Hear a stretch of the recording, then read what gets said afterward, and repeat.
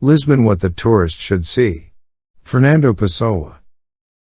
Our car moves on, goes through the Rua do Arsenal, and passes the town hall, one of the finest buildings in the city. It is remarkable both outside and inside, and is due to the architect Domingos Parenti, the collaboration of celebrated artists being noticeable in the stone, in the paintings, etc. The monumental staircase which leads to the first floor is worth seeing, especially on account of the magnificent paintings which decorate the walls and the ceiling, and the several rooms of the building are no less nobly decorated with frescoes and canvases by Siqueira, Columbano, José Rodrigues, Neves Jr., Maloa, Salgado, etc., representing historical and other figures, with a great picture by Lupi representing the Marquis de Pombal and the reconstruction of Lisbon effected by him after the great earthquake, as well as with busts by the foremost sculptors, artistic fireplaces, furniture, etc. In the middle of the square we shall see the pillory, very well known abroad. It is a masterpiece of the late 18th century, a spiral made out of a single stone. On the right side of this square, as we pass it, we shall note the Naval Arsenal, a vast building containing, besides the arsenal and the workshops, which, with the docks, are on the river and therefore invisible to us, the Naval College, established in 1845, and the Court of Appeal in the halls of which some fine specimens of old tapestry may be admired. Other public offices, of lesser note, are also installed in this building.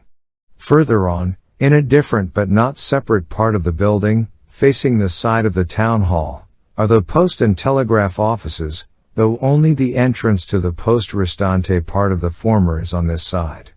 We now reach the largest of Lisbon squares, the Praça do Commerciu, formerly Torreira do Passo, as it is still commonly known. This is the square which is known to Englishmen as Black Horse Square and is one of the largest in the world. It is a vast space, perfectly square, lined on three sides by buildings of a uniform type, with high stone arches. All the chief public offices are installed here, the ministries, except that of foreign affairs, the postal and telegraphic offices, the customs house, the Attorney General of the Republic, the Emigration Office, the Administrative Court, the Central Office of the Red Cross, etc. The fourth, or south, side of the square is formed by the Tagus itself, very wide in this part and always full of shipping. In the center of the square stands the bronze equestrian statue of King José I, a splendid sculpture by Joaquim Machado de Castro, cast in Portugal, in a single piece, in 1774. It is 14 meters high. The pedestal is adorned with magnificent figures depicting the rebuilding of Lisbon after the great earthquake in 1755. There is a figure guiding a horse which treads the enemy under its hoofs, another with the palm of victory, fame in another group, and the aggregate is remarkable indeed. Besides this, we can see there the royal arms and the portrait of the Marquis de Pombal, as also an allegory figuring royal generosity rebuilding Lisbon from its ruins.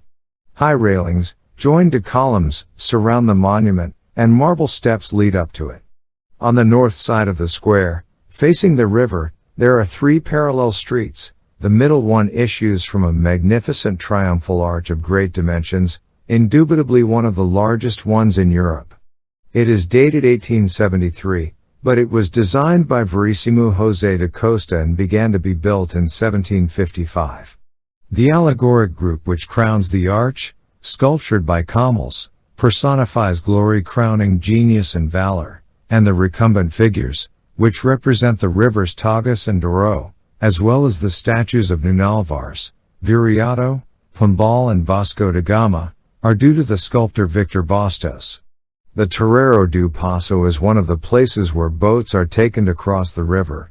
On the right-hand side, facing the river and on it, is the provisional station of the Southern Railways. It also often happens that tourists land here, as commonly do the crews of foreign men of war which visit the port. There is also a carriage and motorcar stand in this square.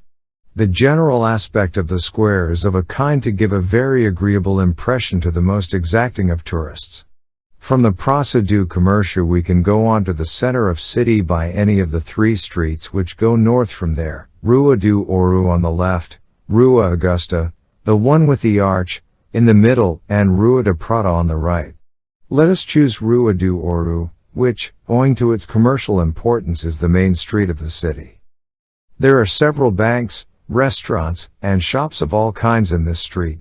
Many of the shops, especially towards the upper end of the artery, will be found to be as luxurious as their Parisian equivalents. Almost at the upper end of the street, on the left-hand side as we go up, there is the Santa Justa elevator, so called because the transversal street in which it is built is called Rua de Santa Justa. This is one of the sights of Lisbon and always compels great admiration from tourists from everywhere. It is due to a French engineer, Raoul Mesnier, to whom other interesting projects are also due. The elevator is all built in iron, but it is extremely distinctive, light and safe. There are 2 lifts, worked by electricity. It goes up to Largo do Carmo, where there are the ruins of Carmo Church, now the Archaeological Museum. Authority is needed to go right up to the top, above where the lifts themselves stop. From there a magnificent panorama is got of the whole city and the river. The elevator belongs to the electric tramway company.